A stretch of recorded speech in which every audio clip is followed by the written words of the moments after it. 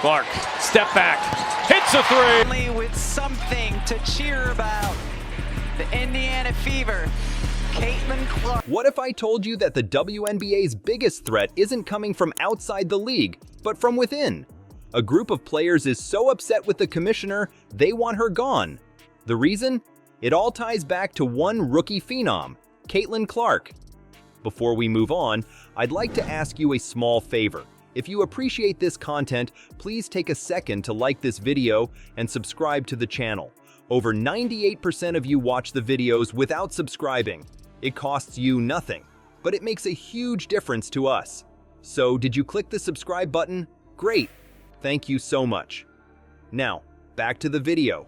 It was expected that Caitlin Clark's ascent to WNBA fame would be an easy one. She is currently enmeshed in a scandalous whirlwind that is destroying the league, though.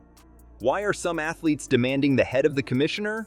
And how did a rookie end up at the epicenter of a storm that has the potential to completely alter women's basketball? Why, therefore, is everyone in the WNBA world so agitated? It's her fans, not Clark's figures. The league is being disrupted by these new supporters in ways that nobody anticipated. The best three-point shooting season of her career, but she can also bang in the paint. Another 13 times this season she's been over the 20-point mark. Clark, good feed into Boston with deep position. The big surprise, though, is that some players want them removed. Why would a professional athlete turn down new supporters? There's more to Caitlin Clark's WNBA debut than simply her on-court prowess. It has to do with the hordes of admirers she is bringing along. There has been a significant influx of new fans, and this has led to significant conflict inside the league. You see, women's basketball is drawing interest from a whole new population because to Clark's fame. That sounds fantastic, don't you think? Increased participation, focus, and development for the sport. The catch is that not everyone is pleased about it. There and banks it home to beat the shot clock. Clark launching ahead and hold. And Dantas from the elbow. A few seasoned WNBA players are uneasy about this change. They are used to a particular fan base and league culture. Now that Clark has arrived, everything is different. It appears as though someone moved every piece of furniture in their living room without their permission. Social media has turned into a combat zone. While Clark's supporters are pouring in, they're also running afoul of longtime WNBA fans. There are physical assaults, tense disagreements, and even conversations concerning sexual orientation and race that have nothing to do with basketball. People, things are getting bad outside. But this goes beyond internet drama. It's bringing to light some long-standing problems within the WNBA. The league is dealing with some difficult issues related to expansion, identity, and fan eligibility. Some athletes don't appear to want to adapt, even if it means the sport will receive more funding and attention. Think of Breanna Stewart. She remarked, "We wish Kathy would have used her platform in a different way.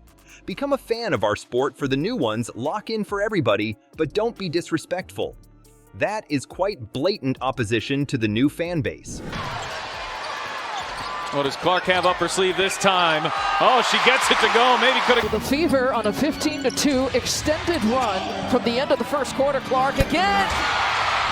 The top boss of the WNBA enters the ring just when you thought the drama could not possibly be any bigger. However, rather than calming the storm, her words are escalating it. What statement did she make that woke players find offensive? Following her comments on the attacks on Caitlin Clark's supporters, Commissioner Cathy Engelbert found herself under intense scrutiny. Rather than cooling the debate, her remarks sparked a furor among some of the league's most well-known players. Engelbert's attempt to tread carefully in order to win over both new and ardent followers backfired miserably. What precisely did Engelbert say then? In sports, she highlighted the need of competition by saying, "You need rivalry. That's what makes people watch." It's a sentiment that on the surface may seem innocuous. What would sports be without a little rivalry after all? Of your career and at different stages of their life, you're going to want to spend different quality versus quantity time. I got to meet her this weekend and Caitlin and the whole group. However, such remarks touched a nerve in the WNBA's volatile environment. Angel Reese and Breanna Stewart were among the players who criticized Engelbert's answer right away. They believe the commissioner squandered a fantastic chance to confront the worst aspects of fandom. Stewart stated bluntly, "I think it's disappointing to hear what Engelbert had to say. The players demanded more from their leader, and that was the clear message." However, the criticism didn't end there. Terry Jackson, the executive director of the WNBA Players Association, took a strong stance and released a statement. Jackson underlined that misogynistic or racial remarks should not be tolerated by the league. What does that mean? Engelbert's answer was far from meeting that level of expectation. Despite trying to achieve a compromise, the commissioner's remarks ultimately disappointed everyone. Players felt let down, new fans felt unwanted, and longtime supporters felt overlooked. It serves as a sobering reminder of the fine line the WNBA must tread in order to expand its following without compromising its basic principles. Engelbert's predicament draws attention to a more significant issue the league is now confronting. How can you grow your fan base without upsetting your most devoted followers? It's a question that touches on identity, inclusivity, and the fundamental goal of professional sports in addition to basketball. The WNBA's unprecedented rise in popularity is giving rise to an odd issue. Some WNBA players appear to be nearly scared of their fan base growing fourfold, whereas most leagues hope to achieve this goal. Why is there this perplexing resistance to success? You could assume that the WNBA would simply benefit from having more supporters. However, there is a lot of controversy being sparked by this rise in popularity. The league is going through a crisis of identity, divided between its long-desired popular success and its radical beginnings. Let's dissect it. On the one hand, you have an audience that has quadrupled in size and ratings that are over the roof. More people are watching Caitlin Clark's games than ever before. Most sports leagues would kill for this type of growth. The twist is that not all gamers are having a good time. They're concerned. Why? It all comes down to the league's basic principles. There has always been more to the WNBA than just hoops. It has served as a forum for social justice and an environment where activism and sports coexist.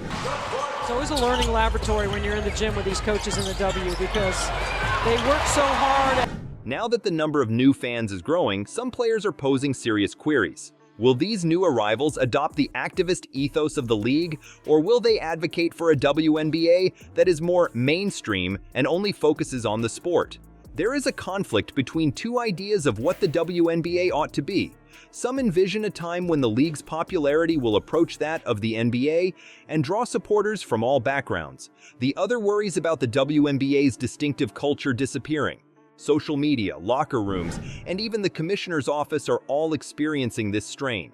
Fearing that the new wave of fans may alter the league's essence, some players are pushing back, as if to say, "We want growth, but not at the expense of our souls." Is it feasible for the WNBA to be selective about its fan base? The question that matters greatly is that, for every league to succeed, it needs sponsors, spectators, and ticket sales. Rejecting prospective supporters could seem like a self-inflicted wound. For numerous WNBA players, however, it goes beyond money. It's about adhering to their principles even in the face of decreased growth. They want to know if it's worth losing what makes us unique in order to become a popular success.